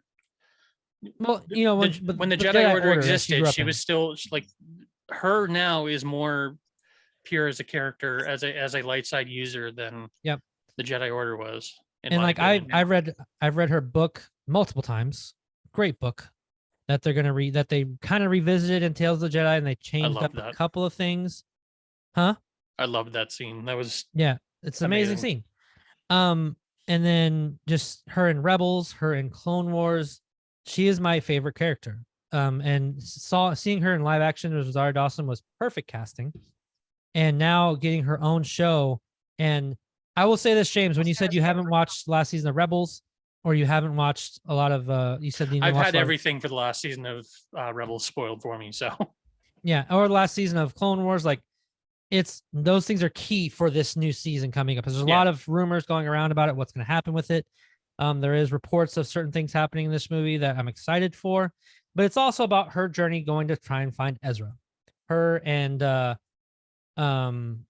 Sabine going to find Ezra. And I think they're also Sabine and also oh my god, I'm blanking on her name. The Syndulla. Twi'lek Syndulla. Huh? Yeah. So she, and then Mary Elizabeth Winstead is reportedly playing her, which is awesome. I think it's a good casting. I don't know. I can't see her as anything other than Ramona Flowers. So sorry, that movie has been so like indelled into my brain that I can't Right. separate her from that character at Right. all. That's fair. So yeah, no, I'm excited that she's getting her own show. I loved seeing her in Mandalorian season 2 and seeing her again in the Book of Boba Fett for the short time that she was in there. I want to explore that more, and I hope we get a scene maybe of her and Luke. There is reports that Anakin is going to be in it as Darth Vader. I'm excited. Which I know makes James very happy because he's been talking about how he wants them to have resolution. No, I wanted resolution. Well, I wanted resolution with Luke and Ahsoka, which was what disappointed me in Book of Boba Fett. But yeah, this will probably be even better because it will be hopefully like spiritually Anakin's direct. Force Ghost. If Anakin's Force Ghost meets her and actually, well, we don't know if it's going to be a Force Ghost or if it's going to be flashbacks to him as Vader. Sure. There's going. I'm saying if his Force Ghost approaches her and approaches and they have closure. Yeah, I would like closure on that for her to know that he turned good again would be. So for anybody who's seen Rebels, there's an area, there's a world, a pocket world where you can jump through time, and there are reports that time travel in Star Wars. It's already been established. It's this was established a long time ago. It's not really time travel in a sense. It's a world where you have gateways to different points in time. So time travel. So, but it was established in Rebels, and there's reports that they're revisiting that, and the report is that you're going to see Anakin's Force Ghost for him talking with Ahsoka, but there's also going to be a point where she's going to try and see if she can basically stop Anakin from becoming Darth Vader by visiting, but instead of Obi-Wan going to Mustafar, it's her going to Mustafar instead. I don't know about that one. Yeah, I don't know, but we'll see. These are just reports. It's all speculation. There's no I don't definitive. I don't mind her going back to get closure on the character and whatnot, but her going back to try, like she already had her scene where she tried to confront Vader in Rebels and failed. And the mirroring of that scene and the scene in Obi-Wan, both of them realized that Anakin no longer exists. Yeah. Vader has taken over, and for all intents and purposes, Anakin is dead. And the implication that the only person who can save him is Luke, I think is so important to the story of Anakin that, like, her going back to defeat him, like obviously she's gonna to confront him on Mustafar. Obviously she would fail at that because he still needs to be Vader for the story to progress as it does, for him to bring balance to the Force, yada yada. To me, I don't know, it's double dipping, and it's like, I want the closure, but I don't think we need to go to this story. I think she's got enough on her hands to try and find Ezra to confront Thrawn. And the concept of like having a live action Thrawn is exciting. Oh yeah. I haven't heard any casting of that, but like the idea of like bringing such an important Legends character to live action. I mean, he's already canon now, but like we haven't seen him in live action. It's what was that phase, Ryan? It's already canon now, like the whole canon, like the use of that word. And I don't care about like I would care if they brought back Legends continuity as it is, just bring back Thrawn. This is Legends continuity. Thrawn is coming. It's not Thrawn Legends continuity. No, so Thrawn the is a old Legends books, character who has been made canon in the other series.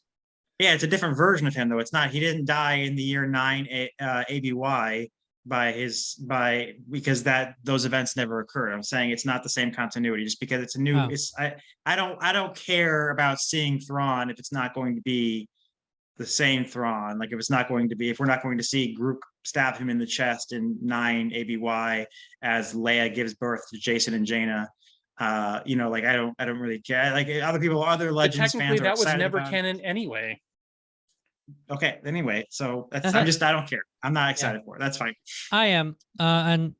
But either way, having Ahsoka getting a roast show, to me, that's my most anticipated thing this year, is to see where Dave Filoni goes with the story, because I've fallen in love with this character, and I'm saddened that it seems like her fate is to eventually just die when you get to the new trilogy. I don't know. Maybe I'm hoping that this world where time travel happens, that it will change my wish. I mean, we don't know that she dies in the new trilogy. We know that the ghost is is in the new trilogy. So it's entirely possible that she's part of that crew. Yeah. So I don't know. We'll see. Either way, that's my number one, guys. Oh no, wait, yes, no, you're right. She is dead. She is dead. Because she's one of the voices in I forgot about that. You're right. Yep, my bad. So, but I mean, she'd be like 80 years old anyways, right? Yeah, but her species can live a long time, especially for a Force user.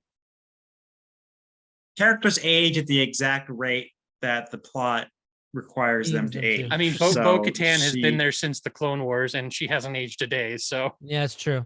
Yeah, so she was technically a teenager at that time. Even still, she like that would put her like what, in her 60s? Who knows? I always wonder about how the Star Wars humans might actually differ from human like Terran humans, Earth humans in biology. And I wonder if there's something we don't see that's different. Right. All right, guys. Like, well, that'll do it for they have today. more. I don't know. Maybe they have less. Yeah. Right. Either way, guys, I think we all had great lists. I mean, I'm really excited to see what 2023 brings for us. There's a lot more stuff on the list I left out, but more importantly, guys, what are you mostly anticipated for here in 2023, either TV shows or movies? Jump in the comments and let us know your thoughts. Ryan, you had a little look there, like you wanted to add a little something before we close out tonight. No, I was just saying, Happy New Year. That's I got my New Year's cigar. Yeah. Happy New Year to everybody. I do want to quickly. I know you got to go, Josh, but I made a couple of New Year's resolutions. Ooh. As far as film and TV goes. Yeah. I'm going to try and watch every episode of Power Rangers, all 900, getting up to 1,000. An episode per day over the next 3 years. Can I add to your challenge then? If you're going to watch every episode of Power Rangers, you have to watch every episode of Super Sentai as well. No. Trust me, Super Sentai is worth watching, especially the Geo Ranger that became Power Rangers. That show is Dino Buckler is an outstanding series. I don't, we I actually enjoy it more than Power Rangers. James, from the time we arrive on the planet, blinking step into the sun, there is more to see than can ever be seen. There is more to do than can ever be done. Says the guy who wants to watch every episode of a 900 episode series, but won't watch the actual show it's based on. Because that's 900 fucking more episodes, and I think that one, like more than that, I think that's been on for 47 seasons anyway. Aren't you a whore for like addressing the source material, the actual source material, not like the recreation, not the American dubbing? I have my limits. My friend actually watched the original Z-Ranger. It's so good. It's so funny. But he talks about how different it is. Like I thought it was just gonna be the same thing. Like 5 teenagers get called on. He's like, no, they're like the kings and queens of Dinosaur Land, and then like the Green Ranger is the Red Ranger's brother, and it's just like it's totally different. Like so. Well, Ryan's got his good New Year's resolutions, and I have a couple of my own.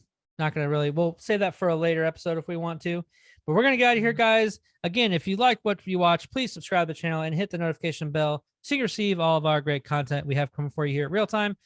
And I'm excited for Ryan's future. He's going to be moving out to Hollywood soon to pursue his dreams. Oh, I'm not going to be saying. Oh, sorry. I mean, I don't. We can talk about that like off We'll camera. talk about but, that in a like, later episode. Definitely. It's yeah. But that'll do it for today, guys. Again, I'm Josh Williams. I'm Ryan Murphy And I'm James Sheridan. And thank you for keeping it real. with ReelTime. Happy New Year. Happy New Year, everybody.